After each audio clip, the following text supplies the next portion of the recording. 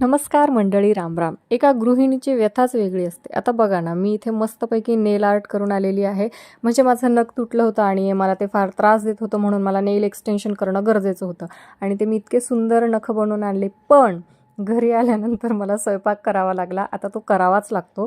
पण इतक्या सुंदर नखांमध्ये मला स्वयंपाक करायला थोडंसं कठीण जात होतं, कारण माझी इच्छा होती की ते एकदम म्हणजे छान दिसत आहेत तर थोडे दिवस मस्त टिकावे. आणि आज पहिल्यांदा पाटवडी बनवत असताना मी इतकं म्हणजे सांभाळून बनवत होते की माझ्या नखांवरती ते पिवळे डाग लागू नये आणि नखांची शाईन जाऊ नये. आता हे नेल एक्सटेन्शन जवळपास महिनाभर चालतात. मग काय बाबा, महिनाभर आपण बिना कामाचं राहूही शकत नाही आणि एवढे दिवस आरामही होत नाही.